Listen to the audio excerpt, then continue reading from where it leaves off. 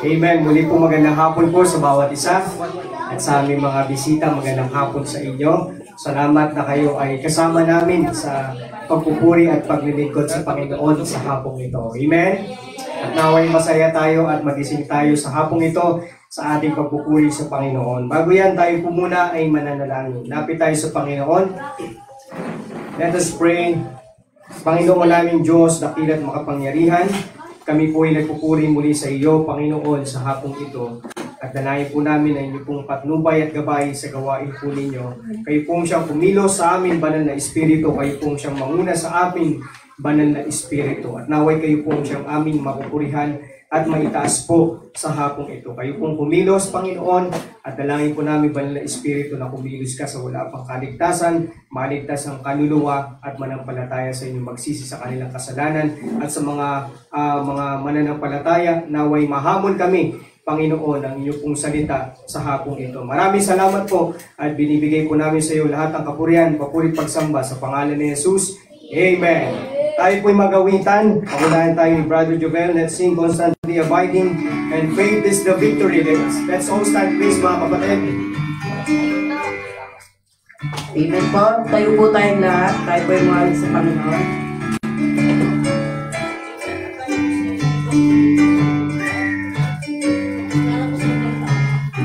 Amen. For the first stanza now, ready, sing. There's a peace in my heart that the world never gives. A peace it cannot take away. Though the trials of life makes the road like a cloud, a peace that was here to stay. Constantly abiding, Jesus is mine. Constantly abiding, rapture divine. He never leaves me lonely, whispers also kind. I will never leave thee, Jesus.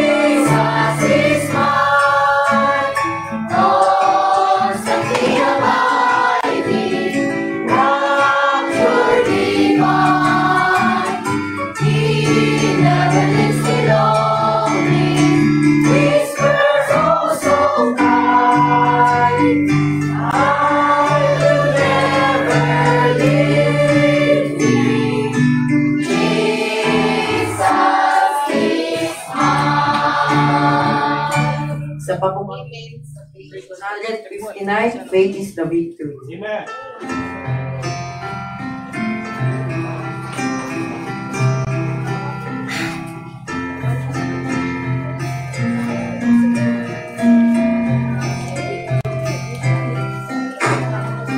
For the first dance now, ready, sing. And come along the hills of night, ye Christian soldiers rise, and press the battle hard and night, shall fill the glowing skies. As is the falling bells below, then all the stars we heard. Praise the victory we know that overcomes the world. Praise the victory, praise the victory. Oh, glorious victory that overcomes the world. A second now. His banner over us is now, for the word of God. We tread around the saints of God, with shouts of triumph strong. By faith and like a will was set, sing all of everything. The faith by which they conquered death is still a shining shield. Faith is the victory. Faith is the victory. Oh, glorious victory that overcomes the world. The third stanza. On every hand of foe we find your love in dread array. Let us of this be left behind, and onward to the fray. Salvation's crown and on each step, in truth all the way above. The earth shall grow one day or day, and then we are shout. Faith is the victory. Faith is the victory. Oh, glorious victory that overcomes the world. To him that overcomes the foe, by brave and strong victory. Before the angels we shall go, his name confess in heaven. Then onward from the hills of light, our hearts we proclaim. We'll proudly show the hosts of night, in Jesus' coming name. Faith is the victory. Faith is the victory. Oh, glorious victory that overcomes the world.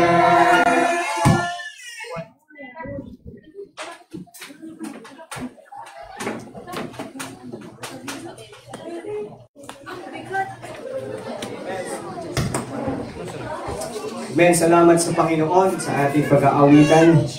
At sige po, upo muna tayo mga kapatid, mga kaibigan.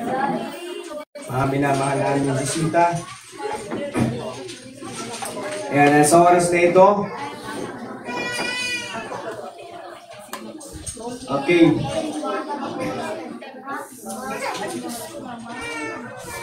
So, ushers, lagi niyo pong kukunin yung name ng bisita po natin. And lagi po i-assist yan po yung trabaho ng ushers. Okay? Ayan. And ito po yung ating po mga bisita sa oras na ito. Nandiyan po si Prince Mara. Prince Mara. Okay. Pwede pa kayo, Kuya Prince. Kaibigan po siya ni Paul. Amen. Okay, praise the Lord. And nandyan din po si John Martinez. John. Okay, ako ay taga-bukid. Amen. Isa po sa tinuturuan natin. Sige anak, makakupo na kayo. Andyan din si Green Galan. Green ang pangalan mo anak. Okay, amen. Praise God. Sa bukid ka rin anak. Saan ka nakatira? Sa kaibigan mo anak. Classmate. Okay, classmate ni Jasmine. Okay, amen. At si Rachel Alano. Okay, may classmate pa rin anak. Okay. Okay, amen. And ang huli si Mark Agdalife. Mark. Ayan, si Mark. Amen. Okay, may nakalimutan ba tayo? Wala na. Okay, and the rest ay hindi na kayo bisita. Yung mga nakaraan na nabaptize. Okay, andito si Ronly, si Johan, tapos si Terence, si John Lord, si Renz, Angelica, tama? Ayan, and si Chris. Ayan, nandiyan kasama natin. Amen? Okay, wala si Abby, si Jennifer, tapos sino pa ba yung wala? Princess. Abby, Jennifer. Oh, si Marjane, may isa. Si Marian po. Si Marian. Sino pa? Ayun, si Denver. Okay. Okay, ayan. So, ayan, okay lang. Pero patuloy lang tayo sa Panginoon. Okay, yan. So, ngayon tayo ay babatiin natin sila. Okay, at babatiin natin ang bawat isa. Tayo ay magkakamayan. Okay, tatayo ulit tayong lahat. Magkakamayan tayo. Awitin natin ang ligaya ng buhay. Ligaya ng buhay. Kung kilala mo si Cristo. Amen.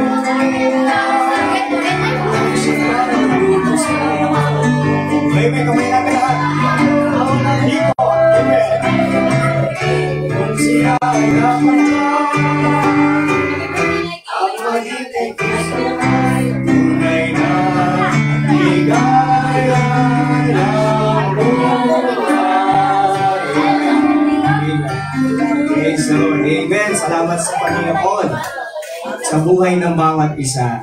Ayan. So nakalimutan ko sino may birthday dito ng November. Pwede po na kayo. Pwede na tayo. Sino may birthday ng November dito? Okay. Sino po may birthday ngayong November? Birthday mo dyan? Wow. November 21. Happy birthday dyan. Okay. Sino pang may birthday pa nung November? John Lord, birthday mo ngayon, November. Amen. Sino pa? Sino pa? Sino pang may birthday ng November? Wala na? Okay. Si ano lang pala, si John. Okay. John, anong pangalan ni John? John Martinez. Okay. So yan po. Tayo po yung magpapatuloy na at pakinggan po natin ang awit po ng Harmonious Songs Ensemble or ng Teen Choir. Okay, habang nagpe-prepare sila, harmonious psalms in symbol. Mamaya, yung mga nabaptize na karaan, may i-fill up lang tayo ng form ito. Mamaya. Okay? Mamaya na pagkatapos.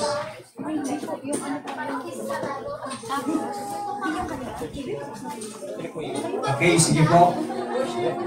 Harmonious in symbols. Harmonious sounds in symbols. Dito po kayo.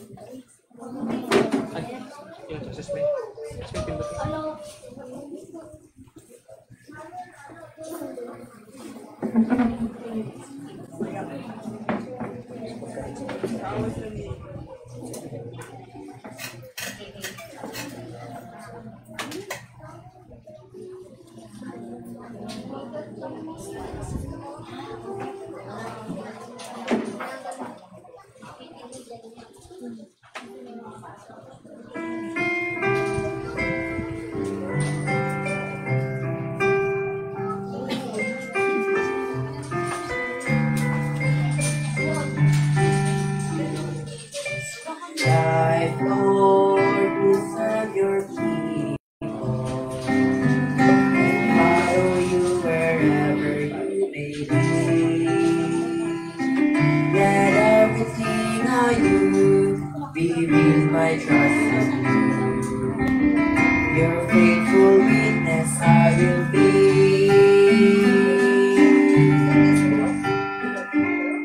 Use my hands, Lord, to help your people and share the many blessings I receive. Let every morning praise reflect your love and grace, so may know you and believe. Use me, Lord, to be a true disciple. Use me, Lord, to comfort and forgive. Guide my way as I follow you in faith and serve you every day I live.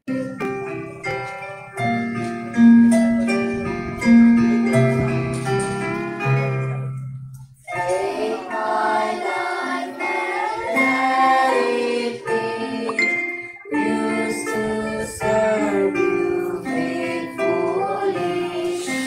Show me, Lord, what you have done. Help me live as you command.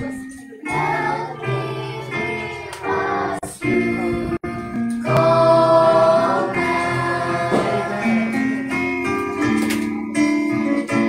Use my voice, Lord, to teach your people and tell the hope and promise of your word.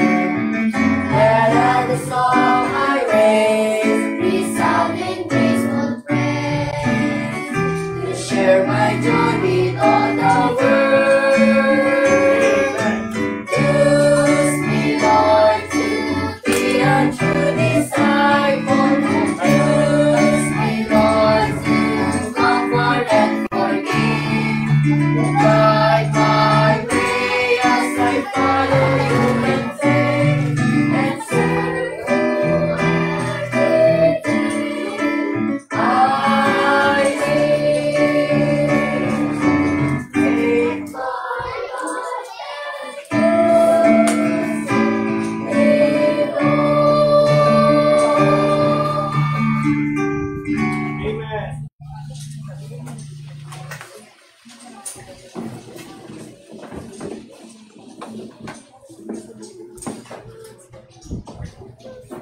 Amen. Salamat sa Panginoon sa awitin na yan. At ayan po, yung mga kabataan po na nais kong mamaya ay sumali sa pag-awit. Mag-practice po tayo mamaya. Amen? Para kasali kayo. Okay, lalo yung mga nabaptize. Okay, mamaya meron tayong ipag-praise sa Panginoon. At ngayon po, dako po tayo sa pagbibigayan natin, sa pagbibigay natin sa ating Panginoon. Amen? Amen? Pagmamahal sa Diyos ang pagbibigay sa Kanyang gawain. Amen? Para mas lalo tayong may palaganap natin ang salita ng Diyos sa iba't ibang bansa at sa ibang mga tao. Okay? Amen? Okay, parang may mga lumalabas ha. Nababantayan po ba dyan? Ha? At lumatay. Hindi parang may dumaan dito natin. Okay? Ayan, ano po natin yung mga bata, pakisecure po natin yung mga bata. Okay? So ngayon po, tayo po idadako sa pagbibigayan. Basahin ko po ang 2 Corinthians 9:6-7. But this I say, he which soweth sparingly shall reap also sparingly, and he which soweth bountifully shall reap also bountifully. Every man as he purposeth in his heart, so let him give, not grudgingly or of necessity, for God loveth a cheerful giver. Brother Joel? Pag-pray po natin ang ating pagbibigayan sa hapong po nito. Let us pray. Dakilang Diyos, makapangyarihan at pagpala, nilalapit po namin sa iyo ang aming pagbibigay, Panginoon. At naway bilisin niyo po ang bawat isa na kami po'y maging parte ng gawain po ninyo sa ikalalagong isusulong namin pong gawain. I-bless niyo po ang giving. I-bless niyo po, Panginoon, ang mga magbibigay, dakilang Diyos. At salamat po sa araw na ito, sa aming pong paglilingkod sa iyo. Ito pong aming dalangin, papuling pagsamba sa pangalan ni Jesus. Amen. God bless po sa ating pagbibigayan. At habang nagbibigayan po, mag-prepare na po ang song offering. Mag-prepare na po ang song offering. And after that, yung choir po, the Melodious Psalms Ensemble.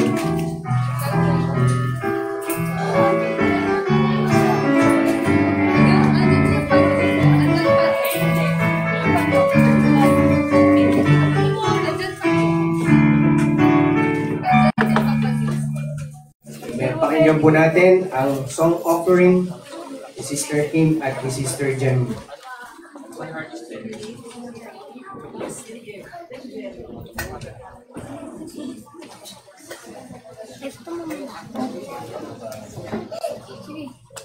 Wait lang.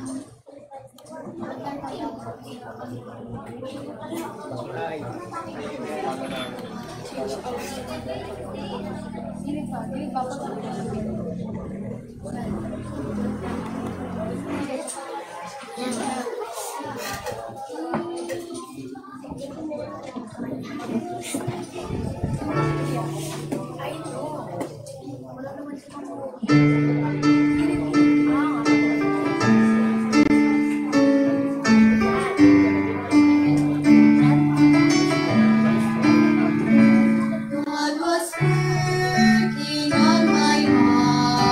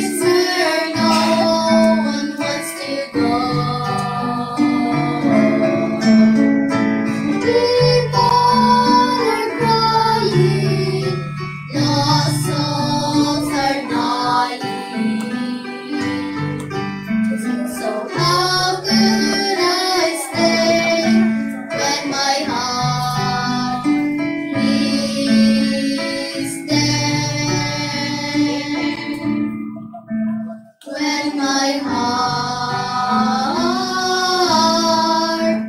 is there.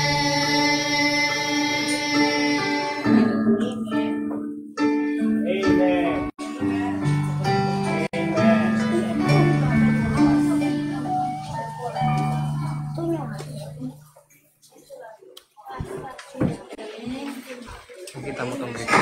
Amen. Purihin ng Panginoon. Yan po yung ano po, para panawagan po ng mga kumahayo at nagbabahagi ng salita ng Diyos.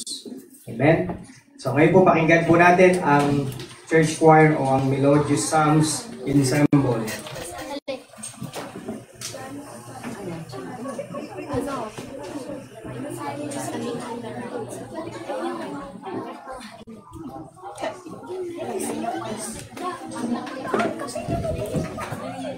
Ay, hindi po.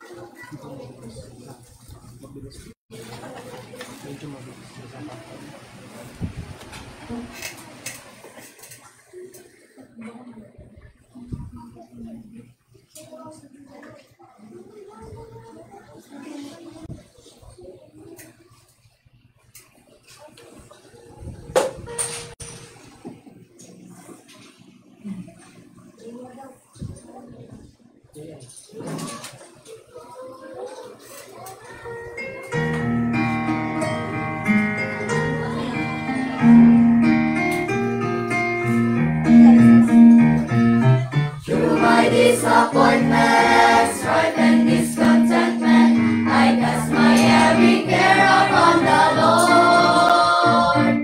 No matter what obsession, pain or deep depression, I'm standing on the solid ground. I'm standing on the rock of ages, saved from all the smallest outrages, reaching love and which were not from Satan's wages. I'm standing on the solid ground. Even though it's gone now, I don't feel alone now. We comfort gave the Spirit of the Lord. Now it is word to guide me, from temptations hide me. I'm standing on the solid ground. Now I'm pressing onward, each step leads me onward.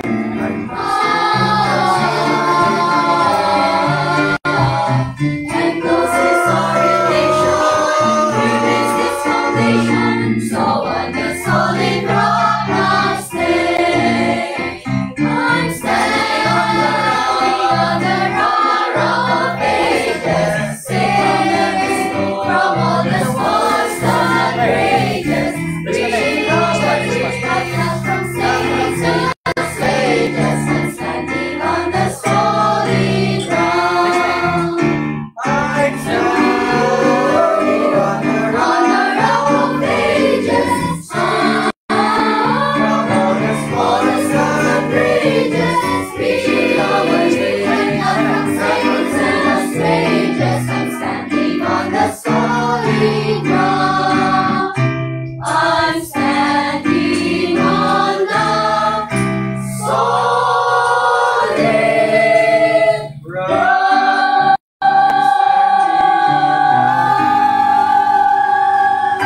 Amen.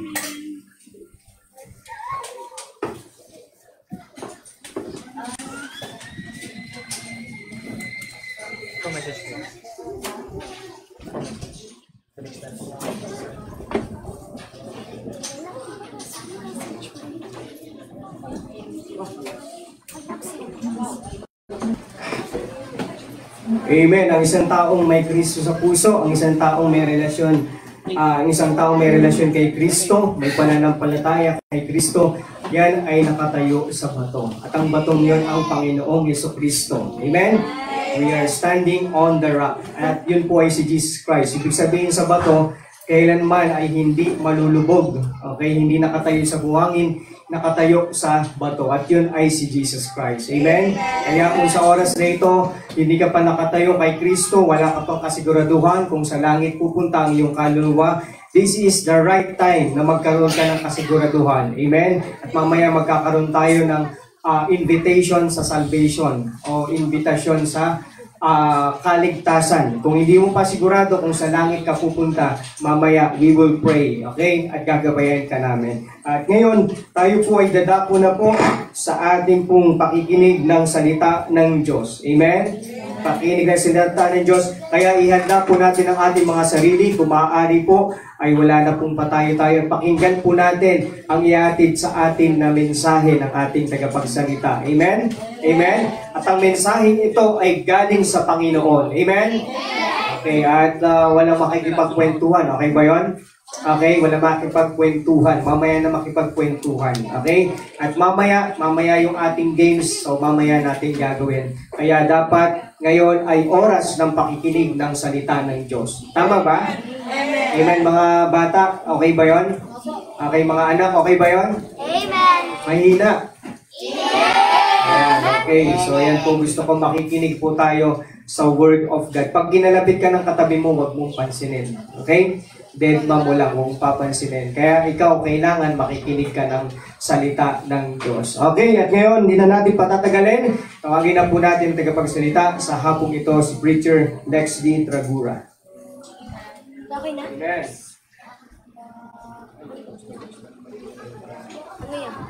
Hello sound. Amen. Magandang hapon po sa ating lahat. Amen.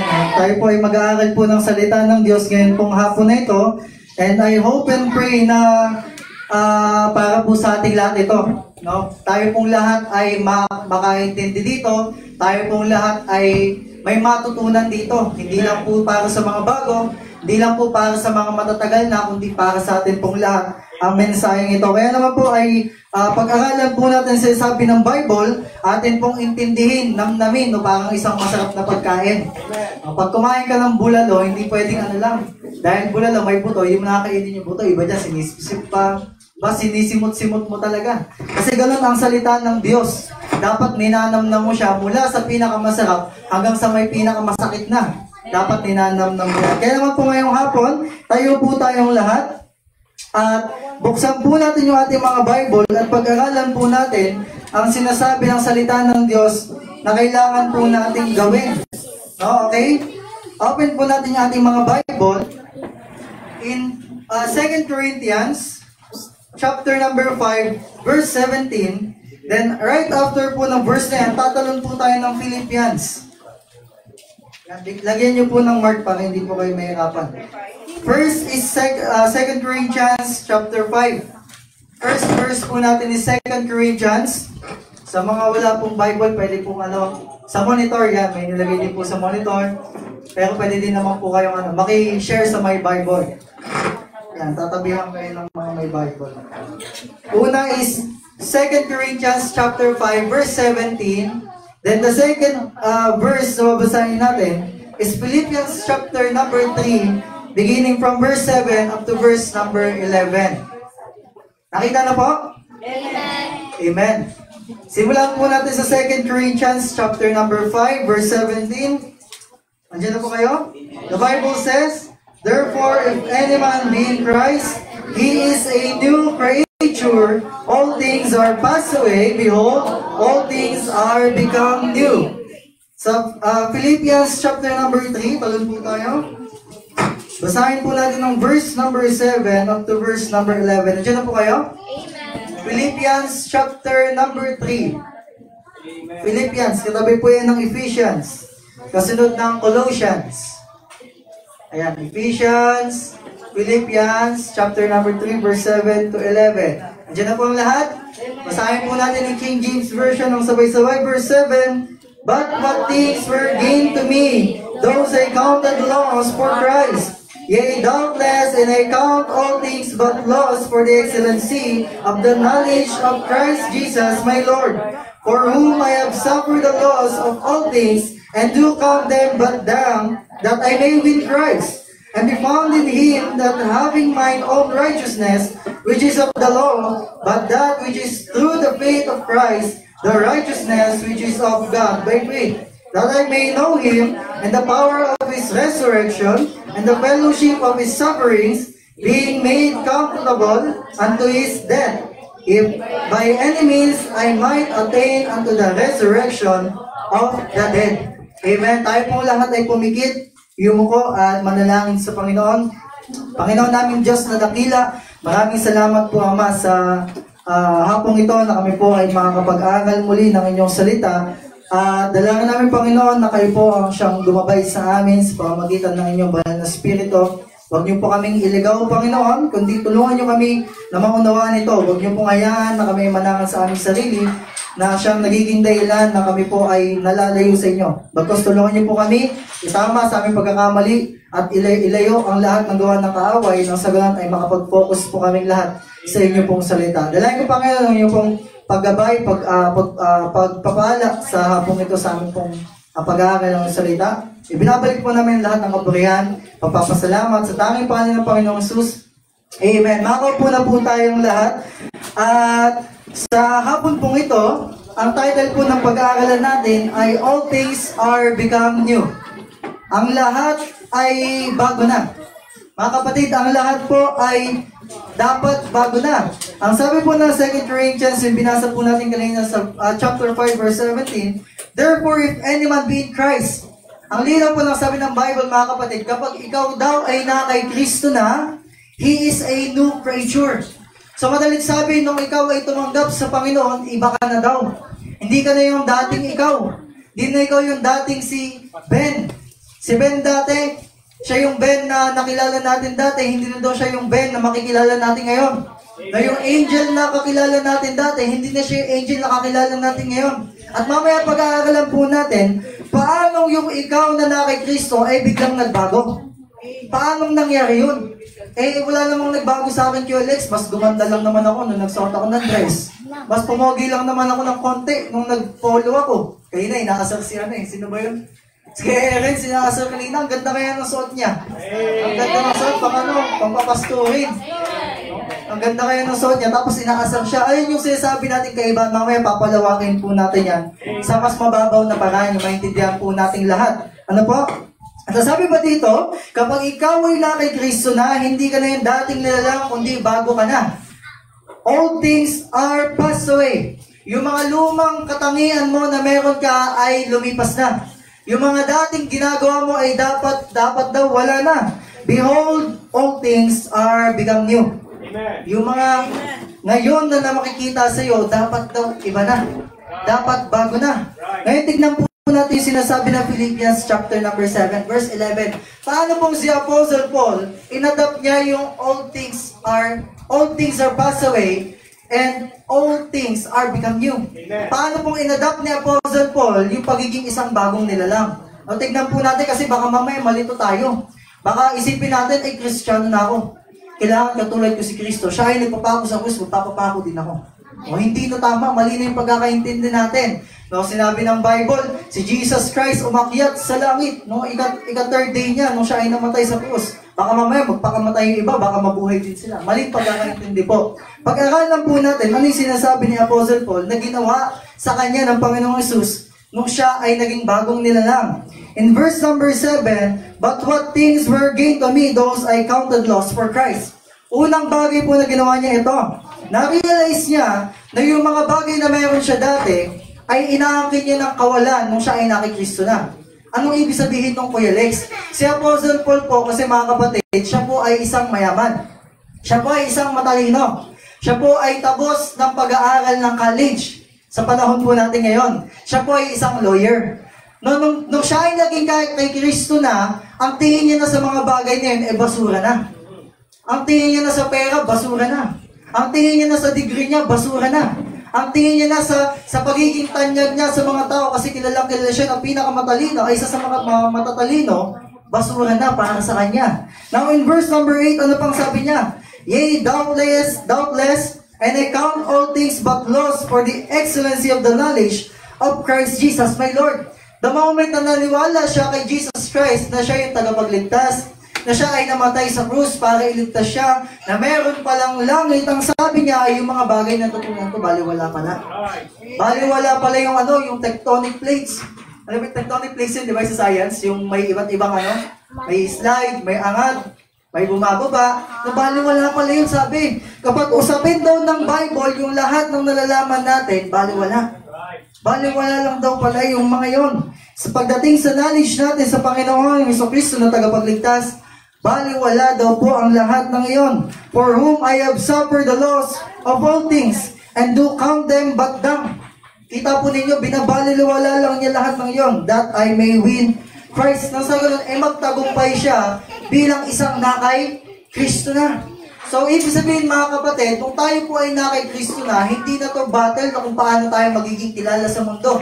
Hindi na ito labanan kung paano ako makakagraduate ng isang magandang kurso. Hindi na ako yung katulad ng dati na paano ako magiging mayaman. Kumbaga paano kayo ay nakay Kristo na, dapat ang inaalam natin, paano ako magiging mabuti sa paningin ni Kristo. Yun daw po pala yun. In verse number 10, that I may know Him. Tignan po ninyo yung ginawa niya. Hindi lang siya basta naligtas. Ano yung ginawa niya? Nais pa niyang mas kilalanin siya.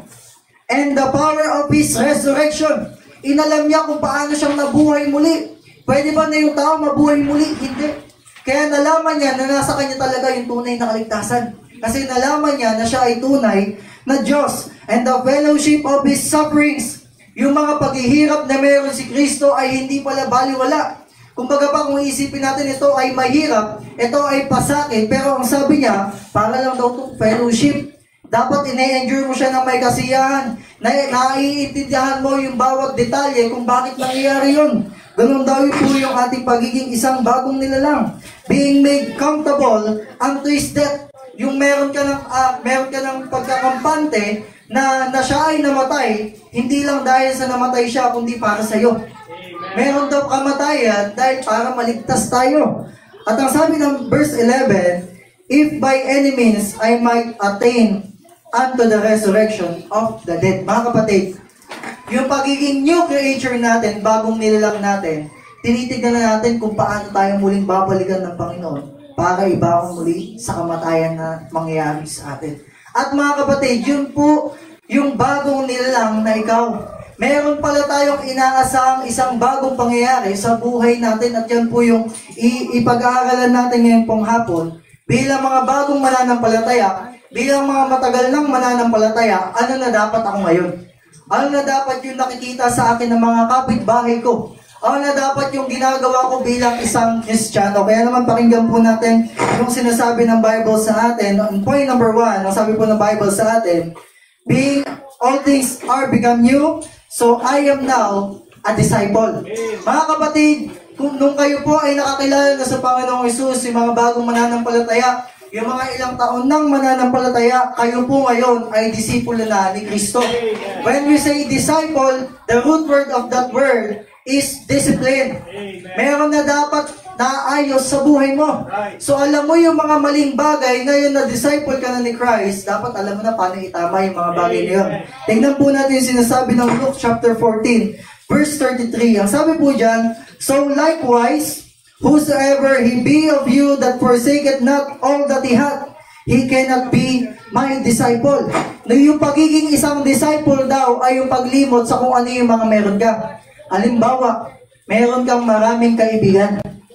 Ngayon, yung mga kaibigan mo, mga kaibigan, mga kapatid, ay nilalayo ka sa Panginoon.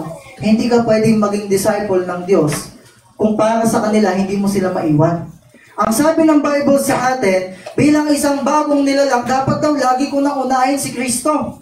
So mga kapatid, hindi po masama na marami kayong kaibigan, ha? Hindi masama na friendly kayo. Hindi masama na sa school ninyo may mga kumakaibigan sa inyo. Ang masama ay kung malalayo tayo sa Panginoon dahil sa kanila. Kasi ang sabi ng Bible, in Luke chapter 14 verse 33, whosoever he be of you that forsaketh not all that he hath. Pansinin po natin yung sinabi niyang all. Lahat po ng meron tayo ay dapat iwanan daw natin katulad ng ginawa ni Apostle Paul. Kasi sa pamamagitan nun, mapatutunayan daw po natin na tayo ay disciple ni Kristo. Palalimin pa po natin ang konti sa mas mababaw na explanation. In Matthew chapter 16 verse 24, then said Jesus unto his disciples. Sino po ang nagsasalita? Si Jesus. Anong sabi niya sa disciple? If any man will come after me, kung sino man sa inyo ang gustong sumunod sa akin, hindi po sa akin kay Jesus Christ. Sino man gusto sa inyo ang gustong sumunod kay Jesus, let him deny himself. Amen. Grabe po Kuya Lex, mas mahirap na yan. Kanina ang sabi mo lang, kapag gusto ko maging disciple ni Kristo, iiwanan ko yung mga kaibigan na meron ako na naglalayo sa akin. Iiwanan ko yung mga bagay na gusto kong gawin para sa gawain ng Panginoon. Iiwanan ko yung mga bagay na naiisip kong gawin para sa Panginoon. Ngayon, iiwanan ko na yung sarili ko. Ang sabi po ng Bible, sa Matthew chapter 16 verse 24, if any man will come after Jesus, let him deny himself and walk and take up his cross and follow me. So, ibig sabihin po pala mga kapatid, yung pagiging isang disciple ay parang isang pagdadala ng isang cross. Alam niyo yung cross?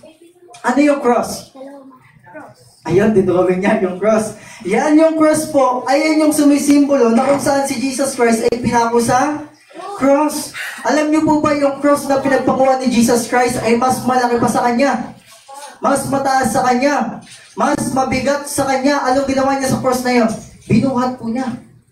Binuhat niya. Nung binubuhat niya po yun, habang pasan-pasan niya, naglalakad po siya ng malayong kilometro. Thank you po, Ate Jem. Pag sinabi po natin kilometro, ito po ay napakalayong distansya.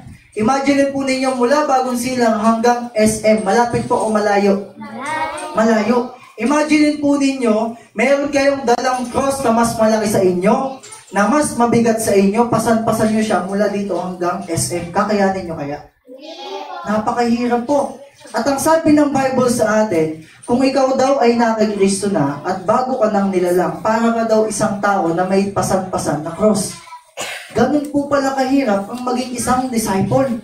Ganun po pala kahirap ang maging isang bagong nilalang. Na kung saan sa paglalakad mo, sa pagiging isang Kristiyano, ngayong Kristiyano ka na, hindi pala siya magiging madali. Paano siya nagiging hindi madali, Kuya Lex? Andiyan na pumapasok yung mga bagay na nag-iiwas sa atin sa gawain ng Diyos. May mga paraanan si Satan para hindi ka na makapagsimba. May mga kaparaanan si Satan para hindi ka na magbasa ng Bible. May mga kaparaanan si Satan para mawalan ka ng gana sa gawain ng Diyos. At mga kapatid, sa mga bagong mananampalataya, asahan po ninyo na yung buhay po ninyo ngayon ay bago na. Hindi na po katulad dati. So ngayon po ay meron na kayong pasan-pasan na cross. Imagine po ninyo may pasan-pasan kayo na cross na napakabigat. Tingin po ninyo kakayanin niyo yan? Mahirap po siya ng mag-isa. Kaya po ang sabi ng Bible, nandyan yung kanyang banal na espiritu para tulungan tayo. At ano pang sabi ng 1 Peter chapter 1 verse 15 to 16? Being now a disciple, anong sabi niya? But as he which hath called you is holy. Kapag ikaw daw ay isa ng disciple, anong sabi dito? So be holy in all manners of all conversation. Sa Tagalog po mga kapatid, bilang mga disciple na ngayon ni Kristo, naisin daw natin, hanapin daw natin, pilitin daw po natin yung mga banal na pakikipag-usap sa kapwa. Because it is written, tignan po ninyo be ye holy, for I am holy. Ang sabi po ng 1 Peter chapter 1 verse 16, tayo daw ay maging banal. Alam niyo po yung salitang banal? Ano yung pagiging banal? Sa paningin po ng mga tao, parang perfect po yan. Sa paningin po nila, hindi yan nagkakamali, hindi yan nagkakasala. Ngayon, pwede bang mangyari sa atin yun? Hindi po. Mahirap po maging perfect. Kasi may mga time po sa buhay natin na magagalit tayo, makakapagsalita tayo ng masakit sa kapwa natin. Pero ang sabi ng Bible, pilitin daw po natin yung maging mabuti sa paningin ng ibang tao. Bakit? Kasi yung Diyos na pinaglilingkuran daw natin ay banal. At mga kapatid, bilang isang bagong nilalang, kayo po ay bago na ngayong nilalang, katulad namin. At bilang katulad namin, kayo po ay katulad din namin ngayon na disciple. At bilang disciple, dapat po inaasam na po natin yung mga mas mabubuting bagay. At napakarami po ng mga bagay na yan na kailangan nating alamin. At hindi na po muna natin iisa-isa yan dahil baka mahirapan po tayo. At ang sabi po sa atin ng Bible, kailangan nating magpaka-banal. Paano po tayo magiging banal kung pinipili po natin yung mga maling bagay? Ngayon, ano pong kailangan natin gawin? Magsimba, mag-aral ng Bible, pakinggan si pastor pag may Bible study. Kaya huwag po kayo tatakbo pag pupunta kami doon. May iba, tumatakbo eh. Hindi namin alam kung magbibihis ba o magtatago. Huwag po kayong tatakbo. Huwag po kayong magtatago. Pupunta kami na lang Nanay Renelia noon. No, kasama na lang kayo kung gusto po ninyo. At mga kapatid, bilang mga disciple na po kayo ngayon ni Kristo, dapat alam na po ninyo yung tama sa mali. Alam niyo na ba yung tama sa mali? Bilang mga bago lang nilalang ngayon, disciple na po kayo. Pag sinabi po nating disciple sa mas mababaw na eksplanasyon, kayo po ngayon ay tagasunod na. Nino? Ni Kristo. Tagasunod na po tayo ngayong lahat ni Kristo. Ngayon si Kristo po ba ay nakikipag-away? Hindi po. Nung nagagalit sa kanya yung mga pariseo, yung mga matataas na pare, hindi naman niya ginantihan eh. Diba? Nung gusto silang batuhin, hindi naman nila ginantihan. Nataka, batuhin din natin sila. Hindi. Nung si Kristo po ba ay tinamad sa pananambahan? Hindi po. Lagi nga siya nagbabasa ng Bible eh. Lagi nga siya nagsishare sa mga tao eh. Lagi nga siya nagnanais na makapagbahagi ng salita ng Diyos. At bilang mga tagasunod ni Kristo, dapat ganun din daw po tayo. Bakit? Kasi tayo po ay bago ng nilalang. At bilang bagong nilalang, tayo po ngayon ay disciple na. I am now a disciple. Sabihin mo nga, I am now a disciple. Sige nga. I am now a disciple. Ayan. Sa Tagalog yan, ako ay tagasunod na. I am now a disciple. Sabihin nyo nga, ako ay tagasunod na. Nino? Si Kristo.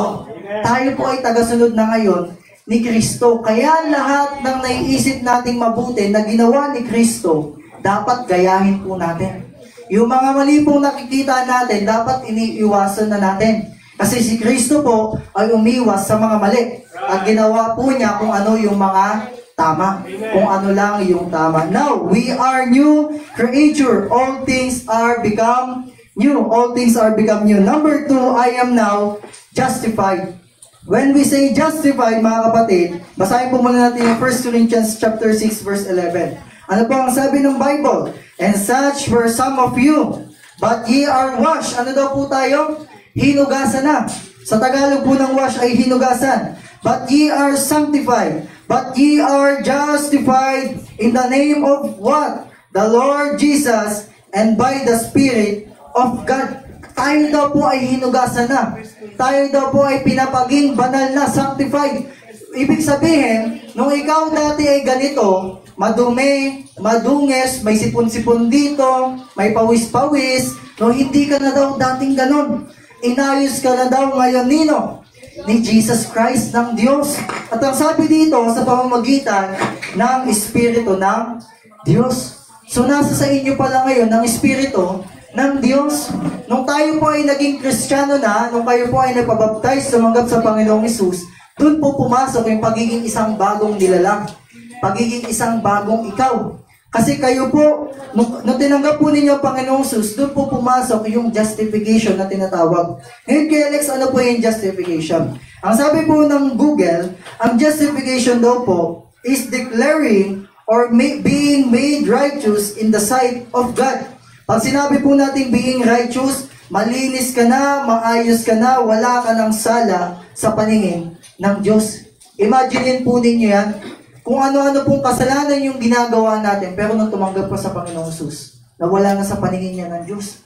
Di ba yung mga kaibigan natin, kahit anong mabuti gawin natin, pag hindi mo nabigyan ng tinapay mo yan, galit na sa iyan habang buhay. Di mo nga ako binigyan ng tinapay eh. Tapos ikaw, kumakain ka ng kalapate. Di ba? May ganon, di ba? May nag-away ng ganon. Pero yung Diyos, kahit ano pong naging pagkakasala po natin, mga kapatid, nung tayo po ay tumanggap sa Panginoong Hesus, anong sabi niya? I am now justified. Tayo po ngayon ay pinawala ng sala ng Diyos. Wala na daw po tayo ngayong sala sa paningin ng Diyos. Ibig sabihin, malinis na po tayo sa Kanyang paningin. So kahit ano pong mangyari, hindi po tayo itataboy ng Diyos. Kasi malinis ka na eh. Di ba? Yung mga malilinis na bata, mga cute na bata, pinanggigigilan yan. Niyayakap, inaaruga, binibigyan ng mga gusto niya. Ngayon, ikaw na Kristiyano na, malinis ka na sa paningin ng Diyos. Kaya huwag mo nang dudungisan ulit yung sarili mo. Kasi paano ka panggigigilan ng Diyos? Paano ka yayakapin ng Diyos? Paano kanya bibigyan kung hindi ka nakaaya-aya sa paningin niya? Kaya naman ngayon mga kapatid, kayo po ay justified na. Sabihin nyo, I am justified. Yan, ibig sabihin yan, pinawalang sala na. Nung Panginoong Jesus ay napako sa krus at tinanggap po siya bilang tagapagligtas, doon na po pumasok yung wala na tayong sala sa paningin ng Diyos. Ang sabi ng 1 Corinthians chapter 1 verse 30, but of Him are ye in Christ Jesus, who of God is made unto us wisdom. Ano daw yung ginagawa sa atin ni Kristo? He made us unto us wisdom. Meron na tayong ngayong kaalaman sa Bible. Di ba nalaman ninyo na si Jesus Christ pala yung tagapagligtas? Di ba dati ang akala ninyo para mapunta sa langit, kailangan maging mabuti. Kailangan magsimba. Kailangan hindi na nagkakasala. Pero nung nakilala natin si Jesus Christ, nalaman natin yung totoo. Na yan siya lang pala yung tanging daan para maligtas. And righteousness, tayo po ay naging maayos na sa paningin ng Diyos. Naging wala na pong sala sa paningin ng Diyos. And sanctification and redemption, nabayaran na po tayo ng Diyos. Ibig sabihin mga kapatid, para daw po pala tayong nakasanla. Halimbawa, ikaw ay isang singsing na nakasanla sa isang sanlaan, pero walang pambayad yung magulang mo. Walang pambayad yung kaibigan mo. Walang pambayad yung pastor mo.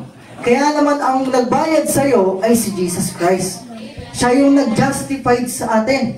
Siya yung nagtubos sa'yo. Siya yung nagbayad sa'yo. Siya yung gumawa ng dahilan para wala ka ng kasalanan. Ngayon, ang problema, yung mga kabataan ngayon, yung mga Kristiyano ngayon, ito po yung life verse nila. Hebrews chapter 10 verse 26.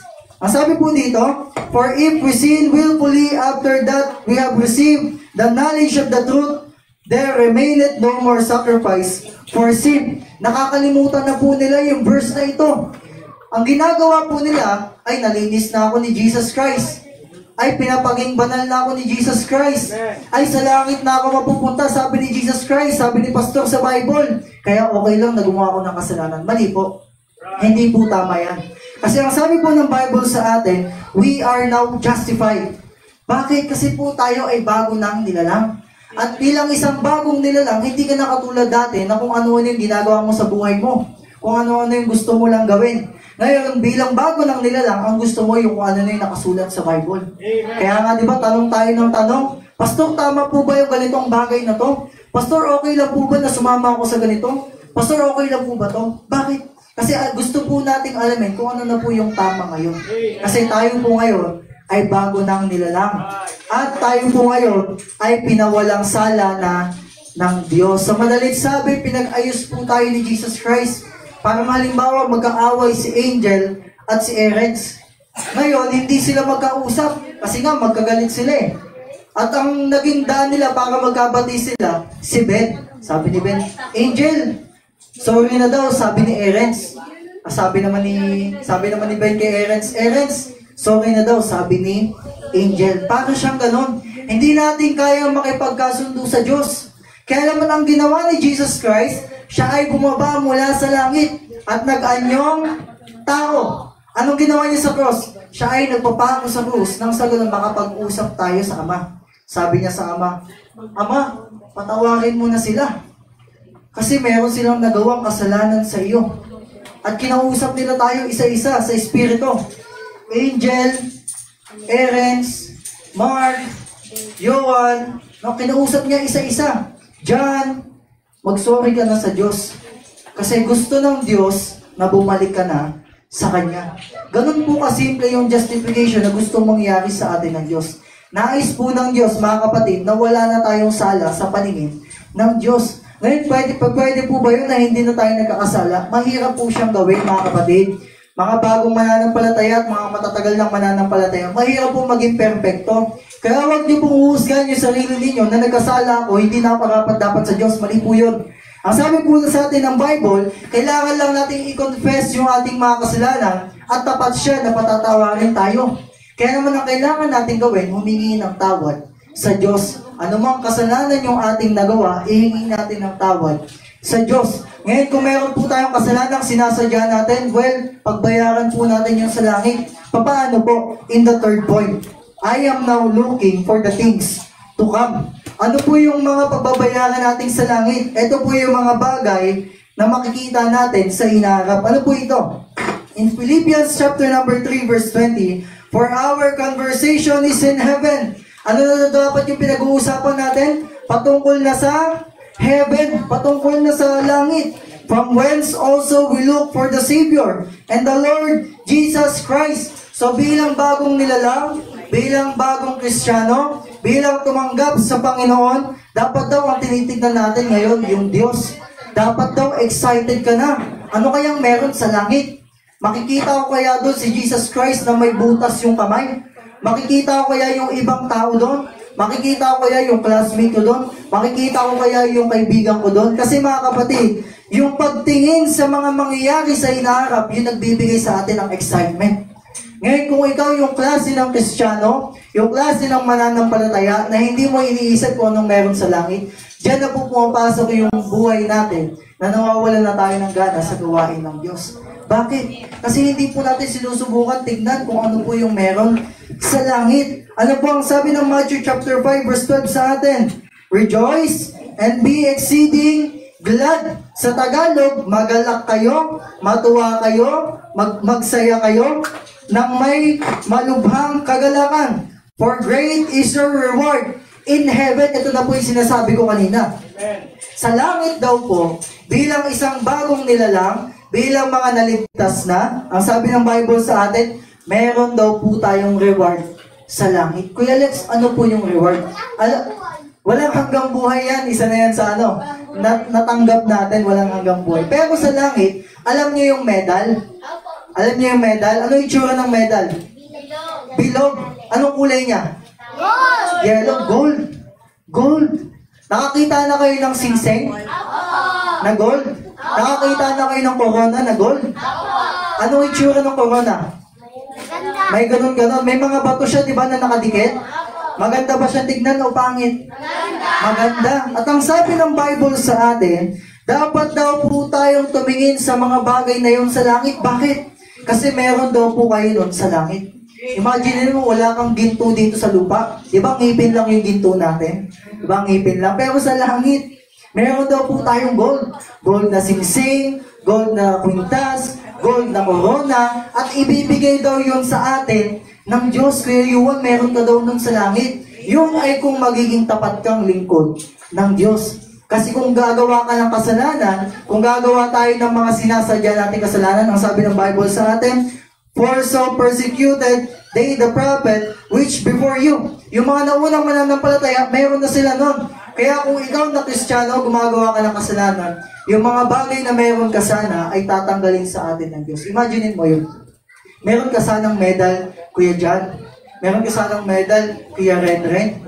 Pero dahil gumawa ka ng kasalanan, nagsinungaling ka, nangopya ka, diba? Nangupit ka ng 5 kay mama, kasi malaki yung benta niya. Pagdating mo sa langit, babawasan ng Diyos yung reward mo. Okay lang sa iyo. Nakakalungkot po yun. Paano pagdating natin sa langit? Si Kuya Yuwal pala yung may pinakamaraming reward sa langit. Marami siyang corona, marami siyang singsing at kwintas. Tapos si Kuya Erez, dahil gumagawa siya ng kasalanan, kahit kapatid pa siya ni Yuwal, aalisin ng Diyos yung reward na meron siya. Ganun po sa langit. Kaya naman mga kapatid, we are now looking for the things to come. Ito po yung nagbibigay sa atin ng excitement. Bilang mga bago ng nilalang, mga kapatid, ito po yung nagbibigay sa atin ng rason para magpatuloy sa gawain ng Diyos. Kaya po gustong-gusto natin nagsisimba kahit nakakaantok. Kaya po gustong-gusto natin nakikinig ng Bible, ng aral ng pastor, ng devotion, ng Word of God, kahit nakakaantok. Bakit? Kasi tinitignan po natin na pag-akyat natin sa langit, meron pala tayong reward. Ano pang matatanggap natin sa langit? In my Father's house, ang sabi po sa atin ng John chapter 14 verse 2 to 3, in my Father's house are many mansion. Ano daw meron sa langit? Mansion. Nakakita na kayo ng mansion? Hindi pa? Napakalaki po ng mansion. Imagine po ninyo itong buong bahay na to ay CR lang sa mansion. Ganun po yung mansion, CR lang ito. Yung mansion po ay sinlaki ng, alam niyo po yung covered court? Alam mo covered court na sa inyo? Ganun kalaki, basic court? Mga 10 ganun. O baka 20 ganun. Ganun po kalaki ang mansion. Higit pa sa inaasahan nating laki. Ngayon anong sabi ng Bible? Sa bahay daw ng Diyos, saan yung bahay ng Diyos? Sa langit, meron daw mansion. If it were not so, I would have told you. I go there to prepare a place for you. Sa Tagalog po, si Yesu Cristo daw ay aakyat sa langit. Aakyat daw siya sa langit at gagawang ka daw niya ng mansion. Ganun ka kamahal ng Diyos. Na nung ikaw ay naging bagong nilalang, ang sabi niya, dahil bago ka ng nilalang, anak, dahil bago ka ng tumanggap sa akin, dahil ligtas ka na, pag akyat ko sa langit, pag namatay ka na, meron kang bahay sa langit. Hindi lang siya kubo, kundi isang mansion. Yun daw yung makikita natin sa langit in verse number 3. And if I go and prepare a place for you, hinandaan ka na daw ng Diyos ngayon pa lang. Dahil nagsimba ka, meron ka na ngayong hollow blocks. Yan. Dahil nagbasa ka ng Bible, meron ka ng isang semento. Yan, unti-unti yung ginagawa ngayon ng Diyos. So dahil nakabuo ka na ng ganito kalaking mansyon, paglaki mo, naging pastor si Kuya GL. Naging pastor siya. Ay, sabi ni Jesus, dahil naging pastor ka, GL, mas lalakihan ko yung mansion mo. Mas malaki pa sa bahay ni Renren. Kasi si Renren ayaw magsimba. Ganun ka kamahal ng Diyos, Kuya GL. At pinaghahandaan ka niya ng mansyon sa langit. Ano pang sabi niya? And receive you unto myself, that where I am, there ye may be also. Ang sabi ni Jesus, dahil anak na kita ngayon, kung nasaan ako, pupunta ka din doon. Nasaan ngayon si Jesus? Sa langit. So si Jesus po nasa langit na, at yun po yung dapat na tinatanaw natin mga kapatid. Kaya po yung mga Kristiyano ng Acts, ang Old Testament, yung New Testament, kaya po ganado sila sa gawain ng Diyos kasi tinitignan nila na si Jesus nasa langit na naghahanda ng mansyon, na gumagawa ng reward sa mga pinaghihirapan natin dito sa mundo. Ibig sabihin, excited po sila. Ginaganahan po sila. Ibig sabihin, nagkaaroon sila ng rason para magpatuloy sa gawain ng Diyos. At yun daw po yung kailangan natin gawin. Hindi natin kailangan maging perfecto. Kung nakakagawa po tayo ng kasalanan, wala pong problema. Humingi po tayo ng tawad sa Diyos. Huwag lang po natin sasadyain.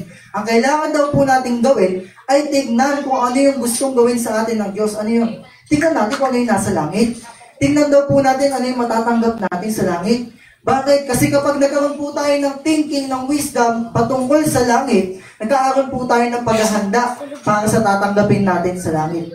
Di ba nga po, kapag tayo ay uuwi ng bahay, alam natin na galing work si Papa, bagong sweldo, di ba? Si Mama, bagong sweldo, may kinitang malaki, excited tayo umuwi. Siguro masarap yung ulam sa bahay. Di ba nga, pag birthday natin, uuwi tayo galing school, siguro may regalo sila sa akin. Ayun, ginaganahan tayo. Ginaganahan tayong umuwi. Ibig sabihin, kahit ano pang maging hadlang sa daan natin, may asong manghabol, tatakbohan ko yan. Hindi ako matatakot, makauwi lang ako ng bahay. Kahit may mga tambay pa sa daan, hindi ako matatakot sa kanila, makauwi lang ako ng bahay kasi may masarap na ulam, may regalo sa akin, may yayakap sa akin, may babati sa akin. Mga kapatid, bilang isang Kristiyano na kayo ngayon, bilang bagong mananampalataya na kayo ngayon, bago na kayong nilalang. Disciple na kayo ni Jesus, nilinis na kayo ni Jesus, dapat ang tinitignan ninyo kung ano na yung nasa langit. Para ginaganahan po tayo sa paglilingkod natin. Para nagpapatuloy po tayo. Para hindi po tayo nawawalan ng gana umuwi ng bahay. Di ba ganyan kayo minsan? Ayoko umuwi sa bahay, may hugasin. O, di ba? Sino yung ganyan? Ayoko umuwi ng bahay, papagalitan lang ako ni Papa kasi hindi ko nagawa. Nakita niya yung grades ko, bagsak. Nawawalan tayo ng ganang umuwi ng bahay. Pero kung yung thinking natin, uwi ako ng bahay kasi may masarap na ulam. Di ba ginaganahan tayo? Ganon din po sa pagiging Kristiyano natin, bago na po tayo ngayong nilalang. Lingkod na tayo ni Kristo. Tagasunod na tayo ni Kristo. Kaya naman dapat yung pag-iisip natin, kailangan kong magsipag. Kasi sa langit, ginawa na ko ni Kristo ng mansyon. Hindi ka ba mahihiya nun? Gumawa na ng mabuting bagay sa Kristo, tapos ikaw tatamad-tamad pa din. Gaganahan po tayo. Kaya naman mga kapatid, bilang bagong nilalang in third point, I am now looking for the things to come. Meron po tayong matatanggap na blessing sa langit. Maliban sa mansyon, meron po tayong reward na ibibigay sa atin ng Diyos. At lastly, sa ating pong conclusion mga kapatid, ang sabi po ng Philippians, chapter number 3, verse 20 to 21, ang sabi po sa atin ng Bible, for our conversation is in heaven. So bilang mga bagong mananampalataya po mga kapatid, yung atin daw po dapat lumalabas sa ating bibig ay kung ano na yung mga patungkol sa langit. So ibig sabihin, hindi na dapat patungkol sa mga kasalanan, sa karumihan, sa kamunduhan, sa mga bagay na gusto lang natin. From whence also we look for the Savior. Dapat excited ka daw na makita yung nagligtas sa'yo. Hindi ka ba na-excite na makita anong itsura ni Jesus? Hindi ka ba na-excite gano'ng kalaki yung butas na meron siya sa kamay? Hindi ka ba na-excite anong itsura ng langit? At ang sabi ng Bible sa atin, yun daw dapat yung gawin natin bilang isang naligtas na at bago nang nilalang. In verse 21, who shall change our vile body, that it may be fashioned like unto the glorious body. Yung katawan mo na yan, kung may peklat ka, anong sabi dito? Binago na yan ng glorious body. Ano po yung glorious body, Kuya Alex? Perfect. Sino dito yung ayaw niya ng kulay niya kasi black, kasi dark? Sino dito yung ayaw niya ng buhok niya kasi kulot? Sino dito yung ayaw niya ng ng hitsura ng kamay niya kasi pilay? Ako po, may pilay ako. Pero sabi ng Bible sa atin, pag-akyat daw natin sa langit, ang sabi niya, susuotan daw tayo ng glorious body. Ibig sabihin, Ate Angel, mas maganda ka sa langit. Kung maganda ka dito, mas maganda ka sa langit. Sino dito yung tingin niya pangit siya? Huwag kayong matakot. Kasi sa langit, maganda at gwapo na po kayo. No, mas bibihisan po kayo ng Diyos. Kung feeling ninyo, ang itim ninyo, sa langit po, maputi na kayo. Maganda na kayo tignan. Sa langit, kung patingin ninyo, ang haggard ng mukha ninyo. Sa langit po, hindi na kayo haggard tignan. Kaya po, dapat na-excite tayong makita kung ano yung meron sa langit. According to the working whereby He is able even to subdue all things unto Himself. Mga kapatid, napakabuti po ng Diyos sa atin. Nung tayo po noon ay makasalanan, nilinis, niligtas, ginawang banal ng Diyos sa Kanyang paningin. Kaya naman po tayo ngayon ay isa lang disipulo, isa lang tagasunod. Tayo po ngayon ay dapat ninanais na maging malinis sa paningin ng Diyos. Amen. At kaya naman dapat po naisin natin na makita ano po yung mga makukuha natin pag-akyat natin sa langit. Huwag po tayong panghihinaan, huwag po tayong mawawalan ng gana, huwag po tayong matatakot na maglingkod ng patuloy sa Diyos. Kapag tayo po ay nagkakaroon ng problema, huwag po tayong tumigil. Kapag pinapagalitan po tayo sa pagbabasa natin ng Bible, huwag po tayong tumigil. Kapag hinaadlangan po tayo ng mga kaibigan natin magsimba, huwag po tayong tumigil. Bakit? Kasi bago na po tayong nilalang. Hindi ka na katulad ng dati. Kung dati ayaw mo nagsisimba, ngayon gusto mo na. Diba? Hindi ka na nawawalan ng gana. Kung dati ayaw mong kasama yung mga maayos yung damit, nahihiya kang tawaging pastor. Kay Erens, huwag kang mahiya kung tinatawag kang pastor. Kasi bago ka nang nilalang. Hindi ka na si Erens na geng-geng. Ikaw na ngayon si Erens na anak ng Diyos. Kaya huwag tayong mahihiya kung ano yung binago sa atin ng Diyos ngayon. Kasi yan ay katunayan na bago ka nang nilalang. Kung dati ang sama ng tingin nila sa'yo ng mga kapitbahay mo, magpakabuti ka na ngayon. Maging mabait ka na, maging matulungin ka na, gumalang ka na sa mga matatanda. Bakit? Kasi bago ka nang nilalang at nagasunod ka na ni Kristo. Amen. Tayo po lahat, tumigil, yumuko at manalangin po sa Diyos. Ipagpasalamat po natin sa Kanya ang Kanya pong salita.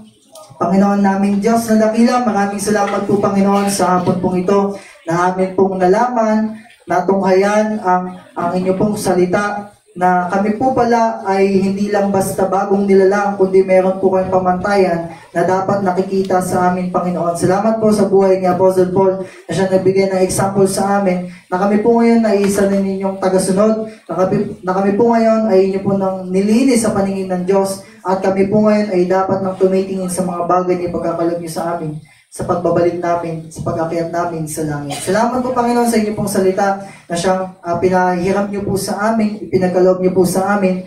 Dalayan ko, Panginoon, na ito po ay itanim po ninyo sa puso at isipan ng bawat isa sa amin, magmula sa pinakabata hanggang sa nakatatanda, Panginoon. Dalayan ko po na nawa ay naituro ito ng tama sa kanila, naintindihan nila, naunawaan nila, Panginoon, na ang buhay namin ay hindi na katulad noon, na kami po ay dapat nang binago na ninyo.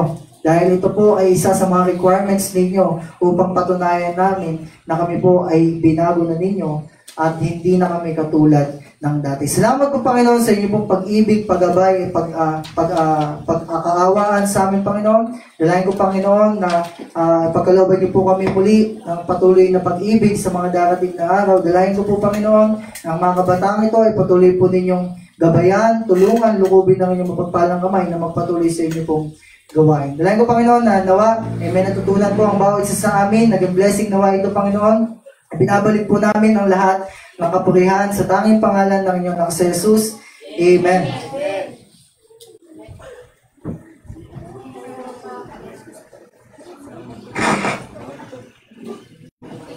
Amen. Hello. So, naintindihan ba natin pinag-aralan natin? Isang bagong nilalang.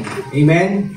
Lahat ng taong naligtas, taas nga yung kamay nung tumanggap sa Panginoong Kristo na naligtas. Totoong tumanggap kay Jesus Christ bilang tagapagligtas. Amen. Ang sabi ng Biblia, ikaw ay isa ng bagong nilalang. Amen. Pag sinabing bagong nilalang, kailangan ang buhay natin ngayon ay maayos na. Amen. Amen. Sabihin mo nga sa katabi mo, umayos ka na. Umiwas ka na sa kasalanan. Ayan. Yan ang bagong nilalang. Amen po ba? Amen. Long. Amen. Ano po ba kayo? Kung dati nagbibisyo, sino nagbibisyo dito? Dapat hindi na ngayon kasi bago nang nilalang. Amen. Kung dati inaaway ang magulang, walang galang sa magulang, dapat ngayon magbabago na. Amen po ba? Hello? Amen? Kasi bagong nilalang na eh. Kung dati hindi nag-aaral ng mabuti, dapat ngayon nag-aaral ng mabuti. Amen? Kung dati hindi nagsisimba, dapat nagsisimba na ngayon. Amen? Dapat kung ikaw ay totoong ligtas na, dapat magbabasa ka na ng Biblia. Magpipray ka na, makikinig ka na sa salita ng Diyos. Kung ikaw talaga ay tunay na bagong nilalang. Amen? Yun yung pamantayan ng bagong nilalang, lumalago. Amen? Ibinigay ng Panginoong Kristo yung pagiging bagong nilalang sa atin nung tinanggap natin si Kristo. Ngayon, anong parte mo? Tanungin mo yung katabi mo, anong parte mo? Ang parte mo ay magbago. Sabihin mo sa katabi mo, ang parte mo ay magbago. Ang gagawin mo ay magbago. Ayan, magpabago na siyempre, hindi na gagawin yung dating buhay na masama at makasalanan. Amen po ba? Nakasunod na ni Kristo. Si Kristo ba'y mabait? Si Kristo ba'y mabuting tao? Si Kristo pa gangster? Huwag yung nagagawin yan. Kasi si Kristo yung sinusundan natin. Amen? Si Kristo ba nagsasabi ng mga bad words? Hindi na natin gagawin yan. Kasi si Kristo ay mabuting tao. Siya yung susundan natin. Yun yung ibig sabihin ng pagsunod kay Kristo. Yun yung ibig sabihin ng bagong nilalang. So bago natin i-close at bago tayo pumunta sa susunod na parte ng ating programa, may bibigay lang ako para mas lalo kong explain. Ay, hiram lang pala to, hiram lang ha. Huwag yung sisirain. Teka lang. Share muna kayo. May i-explain lang ako dyan sa Chris. Okay, may ganito kayo, diba? Yung the rest, your new life in Christ. Hiram lang to ha. Okay, hiram lang, huwag yung sisirain. And dito kayo.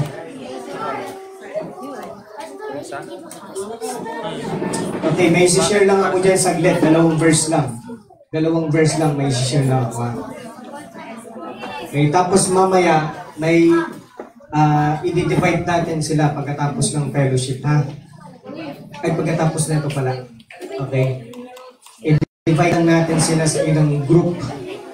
Okay, kasi part 2 ng program natin. Ayan, punta kayo sa likurang parte. Ayan, likurang parte. Gusto ko lang po na mas ma-assure yung kaligtasan ng kaluluwa po ninyo. Gusto ko lang po mas ma-assure. Kaya, ayan. And sa mga members po, pakinggan niyo po itong gospel presentation para pag kayo naman po ang magpe-present ng gospel, may idea na po kayo. Okay? So, nakita niyo na po sa likod yung may picture. Okay? Pakitaas nga, patingin ako kung nakita niyo na. Okay. Alright. So, yan. So, tingin kayo. Tingin kayo. Ano yung unang picture na nakikita niyo? Tao. Yan.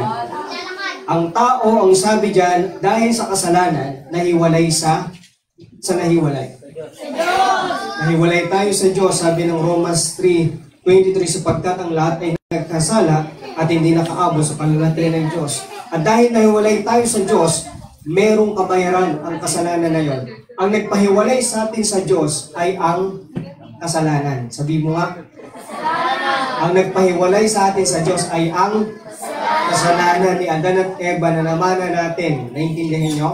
Sila ay sumuway sa utos ng Diyos, kaya nahiwalay sa atin ang presensya ng Diyos. At dahil doon, may kabayaran ang kasalanan. Ang kabayaran ng kasalanan ay kamatayan. Sabihin nyo nga, kamatayan. Kaya ang kaluluwa ng tao ay tutungo saan? Sa picture. Apoy, susunugin sa impyerno, araw at gabi. Pero dahil sa pag-ibig ni Kristo, tignan niyo po yung pangatlong picture.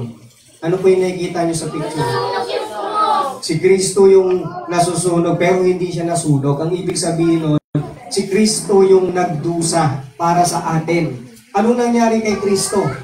Ano nangyari kay Kristo? Doon sa krus. Di ba? Pinako siya sa krus, pinahirapan siya. Tama? Okay? Binunutan siya ng balbas. Okay? Nakita na ba kayo ng taong binunutan ng balbas? Okay, hindi inahitan ha. Binunutan. Kumbaga yung buong balbas niya, pinapyas. Nabalatan yung kanyang baba. Okay? Nilagyan siya ng koronang tinik. Okay, yung tinik ay ganito kahaba, yung kalahati yung bumang sa ulo niya. At marami yun, nakapalibot sa ulo niya. Siya sa likod, yung panghampas sa likod niya ay yung mga ngipin na may hook. Alam niyo yung pamingwet ng isda? Marami yun. Maraming hook yung isang panghampas na yon. Kaya pag hinampas sa likod, pati yung laman kasama. Okay, yung laman sa likod. Kaya sabi ng mga historian, kita yung buto ni Jesus Christ sa likuran dahil sa matindi. At yung umahampas, mas malaki pa kay Kuya Prince. Kuya Prince, tayo ka nga. Malaking tao si Kuya Prince. Mas malaki pa kay Kuya Prince yung humahampas. Isipin nyo, pag sinuntok kaya ni Kuya Prince si Erens, ano kayang kalalabasan ni Erens? Ha? Baka babalik, baka isang suntok ni Kuya Prince sa'yo, pabalik ka na ng bukid. Isipin nyo na lang na mas malaki pa kay Kuya Prince yung humahampas kay Jesus Christ. Okay? Kaya kapag humampas talaga, babaon talaga sa likod ni Jesus Christ at pag hinatak, kasama yung laman. Isipin niyo yung pinagdaanan ni Jesus Christ na hirap para lang mailigtas ang bawat isa sa atin. Okay? Iniisip niyo ba yon? Yun yung paghihirap ni Jesus Christ na ipinadama ng Diyos ang kanyang pag-ibig sa atin na nang tayo ay makasalanan pa. Diba? Makasalanan tayo. Sino umaamin na makasalanan? Ako, makasalanan ako. Kayo, inaamin nyo ba? Na nang tayo, ang sabi dito ay makasalanan pa, si Kristo ay namatay para sa atin. At ang sabi ng 6:23 Roma, ang regalo ng Diyos ay buhay na walang hanggan sa pamamagitan ni Kristo Jesus na ating Panginoon. Amen? So, ibig sabihin, mga anak, makinig, si Kristo na ang nagbayad ng dapat nating bayaran. Hindi na tayo pupunta ng impyerno kung tatanggapin natin si Kristo sa ating puso bilang tagapagligtas. Kaya anong dapat gawin ng tao? Anong tugon ng tao? Kailangan tanggapin si Kristo at magsisi sa kasalanan. Naiintindihan nyo ba? Okay? Kailangan tanggapin si Kristo at magsisi sa kasalanan. Sabihin nyo nga, kailangan tanggapin si Kristo at magsisi sa kasalanan. Isa pa, sabihin nyo, kailangan tanggapin at magsisi sa kasalanan. Kasi kapag hindi yan ginawa ng tao, mapapahamak siya sa ano yung apoy sa ilalim ng lupa? Impyerno. O dagat-dagatang apoy. Ngayon, ang sabi dyan, ito na yung huli. Ang tunay na kaligtasan ay na kay Kristo lamang. Okay? Na kay Kristo lamang. Okay? Hindi tayo maililigtas ng relihiyon natin. Hindi tayo maililigtas ng pagsisimba natin. Maganda magsimba. Hindi tayo maililigtas ng pagiging mabait natin, pagiging mapagbigay natin sa ating kapwa. Hindi tayo maililigtas dahil matalino tayong tao, mayaman tayo, marami tayong pera. Okay? Magagandang bagay yun. Pero hindi tayo maililigtas yan. Hindi niyan maililigtas yung ating kaluluwa. Naintindihan nyo? Ang makapagliligtas lang sa atin, nag-iisa at isang paraan lang, si Kristo lang. Amen? Si Kristo lang ang magliligtas. Siya lang yung daan papunta sa langit. Hindi si Pastor Chris ang daan papunta sa langit. Okay? Si Kristo ang daan papunta sa langit, ang Panginoong Kristo. Tignan nyo, sundan nyo. Yung John chapter 3 verse 16. Sundan nyo. Last na to, last na. Sabi dyan, sapagkat gayon na lamang ang pagsinta ng Diyos sa sanlibutan na ibinigay niya ang kanyang bugtong na anak, upang ang sino mang sa kanya ay sumampalataya ay huwag mapahamak, kundi magkaroon ng buhay na walang hanggan. Buhay na walang hanggan. Masaya ba yun yung buhay na walang hanggan? Sa pamamagitan yun ng pagtanggap kay Kristo. At yun ay dahil sa kanyang pag-ibig para sa... Kanino yung pag-ibig ni Kristo? Para kanino? Sa sanlibutan. Para sa atin. Okay? So sabi dyan sa huli, yan, malapit na tayo, tingnan nyo sila. Si Jesus ang tanging daan at tagapagligtas. Ano kailangan gawin? Ipahayag mo sa Diyos na ikaw ay makasalanan. Pangalawa, pagsisihan mo ang iyong kasalanan sa harap ng Diyos. Pangatlo, aminin mong wala kang kakayanan para bayaran at iligtas ang iyong sarili sa tiyak na kamatayan. Pang-apat, ipahayag mo ang iyong pananampalataya kay Jesus. Anyayahan mo siyang pumasok sa iyong puso at tatanggapin bilang sarili mong tagapagligtas. Ngayon, sa oras na ito, magtatanong ulit ako, sino dito ang sigurado 100% na tinanggap niya si Kristo at nagsisi siya sa kanyang kasalanan? That you are sure na sa langit ka pupunta 100%. Kailan mo tinanggap si Kristo? Naalala mo ba yung date? Kailan mo tinanggap si Kristo? Amen? Kailangan alam niyo yung date kung kailan niyo tinanggap si Kristo. Binautismuhan dito. Sino yung binautismuhan? Okay? Hindi yan makapagliligtas ng kasalanan. Naintindihan nyo? Hindi makapaglilinis sa kasalanan ng bautismo. Yan lamang ay ang hakbang ng pagsunod kay sino? Kay Kristo. Okay? Ano yung nakapaglinis ang kasalanan natin? Ano yung nakapaglinis ng ating kasalanan? Ang pagsunod sa yapak ng... Sinong makakasagot? Ano ang nakapaglinis ng ating kasalanan? Pagtanggap kay Kristo. Yun yung nakapaglinis ng ating kasalanan. Hindi yung bautismo. Okay? Kaya kailangan natin pagsisihan yung kasalanan natin kung talagang tinatanggap natin si Kristo. Tama ba? Amen. Kaya sa oras na ito, pipikit tayong lahat. Pipikit ang lahat. Pipikit ang lahat. Huwag kakausapin ng katabi. Pakiusap mga bata, walang maingay, lahat nakapikit. Lahat nakapikit. Merong hindi nakakasigurado ng kaligtasan. Kaya ipag-pray natin sila. At magkakaroon tayo sa oras na ito ng imbitasyon. Iimbitahan kita sa oras na ito kung hindi mo sigurado na sa langit ka pupunta. Iimbitahan kita sa oras na ito. Ito ang tamang panahon, oras, para maligtas ang iyong kaluluwa. Para hindi ka mapunta ng impyerno, tanggapin mo si Kristo bilang tagapagligtas. At pagsisihan mo ang iyong kasalanan. Kung hindi mo pa natitiyak sa oras na ito, kung naiisip mo, bukas baka mawala na ako, sa langit ba ako pupunta? Tanungin mo yan sa sarili mo. Kung hindi mo pa sigurado, pwede bang itaas mo ang iyong kamay? Pwede bang itaas mo ang kamay mo kung hindi mo pa sigurado kung sa langit ka pupunta? Huwag mo ikakahiya. Itaas mo ang kamay mo kung hindi mo pa sigurado kung saan langit ka pupunta. Itaas na mabuti. Kung hindi sigurado. Pero kung tinanggap mo na, huwag mo na itaas ang kamay mo. Isang beses lang tatanggap kay Kristo. Sa mga nabautismo ang tinanggap nyo na si Kristo, isang beses lang tatanggap kay Kristo. Hindi pa ulit-ulit. Okay? Hindi pa ulit-ulit. Kung tinanggap na si Kristo, wag nang itataas ang kamay. Isang beses lang. Okay? Sa hindi lang tumanggap pa kay Kristo, pakitaas ang kamay. Pumikit, walang nakadilat. Pumikit. Huwag niyo papakilaman ang katabi niyo. Lahat kayo kausap ko sa oras na ito. Ulitin ko. Kung ikaw ay nabautismuhan na, ibig sabihin, tinanong ka namin noong nakaraan, sigurado ka na sa kaligtasan mo. Hindi tanggapin ulit si Kristo kasi isang beses lang tatanggapin si Kristo bilang tagapagligtas. Hindi na paulit-ulit. Okay? Kung yung ikaw ay nabautismuhan noon at ngayon hindi mo pa rin sigurado, okay, pwede mo itaas ang iyong kamay. Pastor, nabautismuhan ako pero hindi pa rin ako sigurado. Itaas mo ang iyong kamay. Pero kung nabautismuhan ka na at sigurado ka nang tumanggap kay Kristo, hindi mo na kailangang itaas ang iyong kamay. Kasi isang beses nang tatanggap kay Kristo. Ngayon, sa hindi nakakasigurado, maaari bang pakitaas ulit ang kamay? Maaari bang pakitaas ulit ang kamay kung hindi mo talaga sigurado?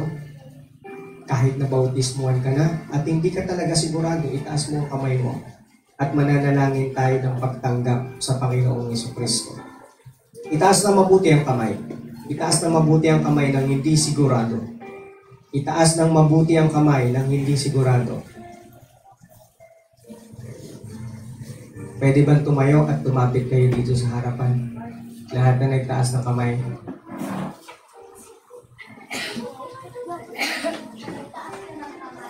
Harap kayo dito. Harap kayo dito. Harap kayo dito. Harap kayo dito. Ngayon, makinig kayo. Ngayon ang araw kung tatanggapin nyo si Ngayon ang araw kung tatanggapin nyo si Jesus Christ. Ang date ngayon ay November 10. November 10, 2024. Amen?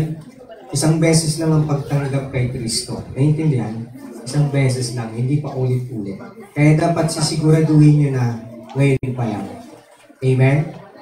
John Lord, hindi mo pa sigurado yung kaligtasan mo, nabautismo ka na. Hindi pa talaga? Nakagawa ka ng kasalanan, nalilito ka lang. Ikaw, Yuan. Ganon din po. Oh, sige, umupo muna kayo. Hindi kayo. Ito lang dalawa. Nalilito lang to. Okay, kaya nga may discipleship para mamaya tuturuan natin sila. Okay, lapit kayo. Mamaya, i-confirm natin yan. Leaders, mamaya, di-divide natin. May mga leaders, i-confirm natin. Okay? So, kayong mga bata, hindi nyo pa sigurado kaligtasan. Pikit tayong lahat. Sumunod kayo sa panalangin. Tatanggapin nyo si Jesus Christ. Gabay lang ito sa panalangin. Susundan natin. Let us pray. Panginoon, sunod kayo sa prayer. Panginoon, maraming salamat po sa iyong pag-ibig para sa akin. Naniniwala po ako na si Kristo ay namatay, inilibing, at muling nabuhay para sa akin. Patawarin po ninyo ako sa aking mga kasalanan. At tinatanggap ko po sa aking puso ang Panginoong Jesucristo bilang Diyos na tagapagligtas ng aking buhay. Ito po ang aking dalangin sa pangalan ni Jesus. Amen. Amen. Sino tinanggap niyo? Si Jesus Christ bilang tagapagligtas. Amen? Amen. O, sige po na kayo. Papaliwanag ko yung mga nalilito. Pastor, paano yun? Nakagawa pa rin ako ng kasalanan. Ano kaya ang sagot doon, Ronnie?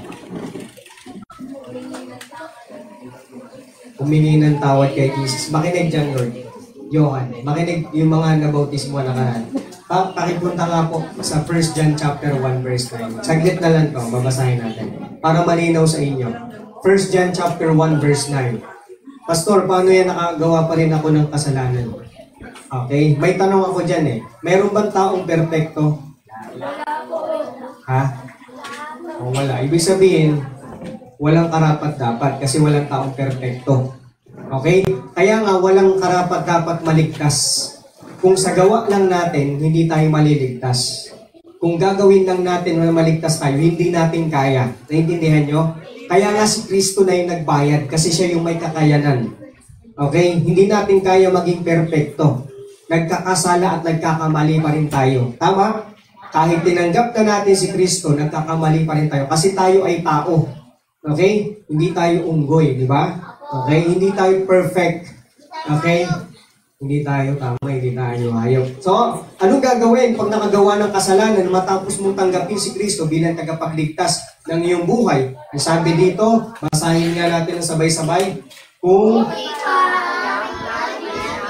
ating mga kasalanan ay tapat at banal siya na tayo'y patatawarin sa ating mga kasalanan at tayo linisin sa lahat ng kalikuan. Ayan, kapag nakagawa ka ng kasalanan na ngayon tinanggap mo na si Kristo bilang tagapagligtas ng iyong buhay, humingi ka kagad ng tawad kay Lord. Paano hihingi ng tawad kay Lord? Tama, mag-pray. Kasi yung tanging paraan para kausapin ng Diyos, hindi pwede sa text, Lord, patawad. Diba? Wala siyang cellphone, tama. Kailangan ng Panginoon yung prayer natin ng paghihingi ng tawad sa Panginoon. Amen ba? Amen! Naiintindihan? O, naiintindihan nyo na yan, ha? Okay, so paano hihingi ng tawad? Magpe-pray! Paano? Paano yung sasabihin? Lord, patawad sa aming mga kasalanan. Hindi na po namin ulit. Yan, hindi na namin uulitin. Yun yung totoong paghingi ng tawad, hindi na uulitin. Okay? Kaya dapat, anong ibig sabihin, Kuya John Lord, kung hindi na uulitin? Hindi na po ulit sasabihin. Hindi na ulit sasabihin kung ano yung nasabing masama. Hindi na po po. Hindi na gagawin. Hindi po gagawin. Ibig sabihin, iiwas na sa mali. Tama ba? Ayun. Oh, yun yung tunay na paghingi ng tawad sa Panginoon. Okay, naintindihan? Amen!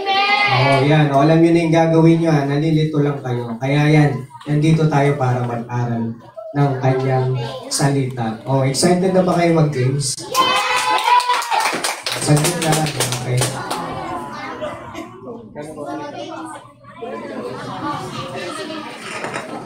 Okay, so, tayo-tayong lahat. Let's all stand this. Magpo-closing prayer na tayo sa ating formal worship. Pero may, may Sunday school pa. Mga leaders ay discipleship. Leaders, lang po ito bago yung fellowship, leaders, lang po, 10 minutes lang po na teaching sa kanila, ha? 10 minutes lang para hindi sila mainit. 10 minutes na, saglit lang. 10 to 15 minutes. Huwag nyo nang pakahabain. Bantayin nyo yung oras nyo, ha? Okay, then after nun, mag-fellowship tayo. Binaliktad lang natin yung program. Okay, pero galing pa rin yung oras. Binaliktad lang natin. Kasi nung nakaraan, una yung fellowship, tapos worship. Binaliktad lang natin. Una yung worship, then fellowship. Okay? And kasama natin yung discipleship. Okay, so, awitin natin ang Great is Thy Faithfulness, page number 12. Page number 12. Great is Thy Faithfulness. Ladies po, yung nandyan sa likod, pwede po pakipalamanan po yung merienda po natin.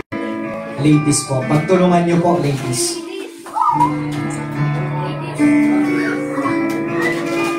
Okay, awitin po natin sa ating puso. Great is Thy faithfulness. Ready? Sing. Great is Thy faithfulness, O God, my Father. There is no shadow of turning with Thee. Thou takest on Thy compassions, they fail not. As Thou wast faithful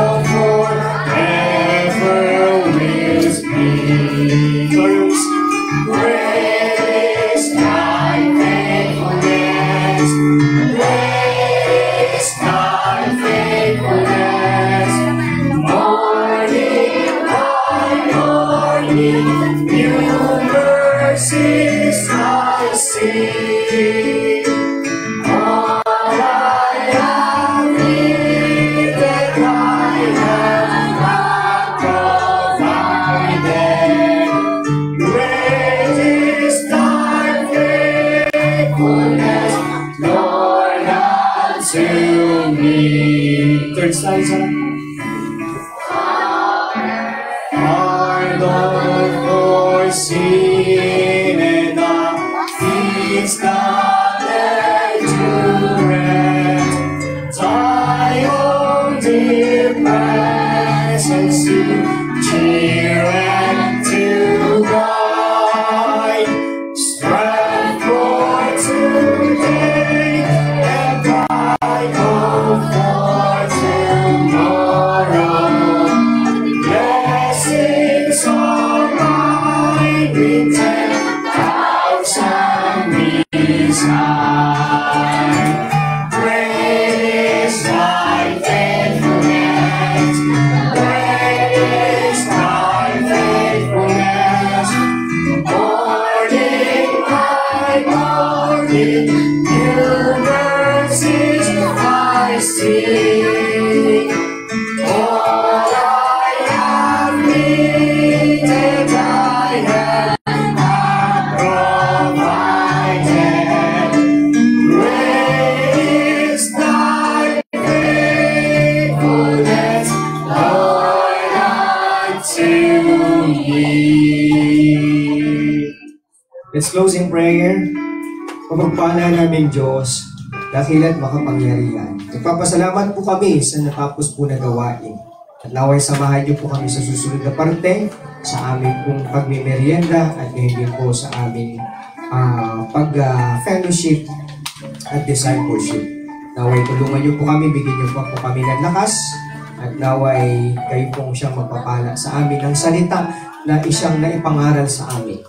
Purihin ka, Panginoon, sa araw po na ito at binibigay po namin sa iyo lahat ng kapurihan sa pangalan ni Jesus. Amen. Okay, so habang nag-discipleship tayo, may sit down po muna, sit down. Sit down. Discipleship po tayo, then after this is fellowship. And pakikolect nga po ng ganito, lahat ng ganito. Pakilagay po dito. Yan. So, i-divide po natin yung group. Meron na pa. Okay. Di-divide ko lang po. Okay. Tapos, habang nag-discipleship po, bigyan po natin ng merienda.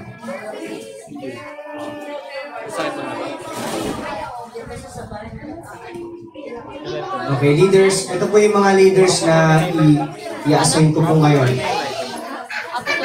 Okay. Una po si... Tahimik po, makinig. Una po si Ate Jasmine, Ate Noemi, Ate Kim, Brother Lex D, and ako po. Okay. Si Ate Jasmine po, ang kanya pong hawak, okay, ay si Rachel. Rachel ba siya? Rachel, Crystalline, and Chalani. Rachel, Crystalline, Chalani, ang leader niyo po ay si Ate Jasmine. Okay? Si Ate Noemi, ang kanyang pong kasama ay si Green, si Ate Sam, si Gemily, at si Chelsea. Kay Ate Noemi kayo. Kay Ate Kim, di ko na uulitin to ha. Si Angelica, si Jasmine, at si Lorraine. Jasmine, ito. Okay, si Brother Lex D, kay si Paul, Jovel, Prince, Yuan, and John. John ang pangalan mo? Okay. Sa akin, kay Pastor Kiss, si Ron Lee, Erens, si Renz, si John Lord, at si Chris. Okay, yan po yung groupings natin sa discipleship. Sino ang hindi ko natawag?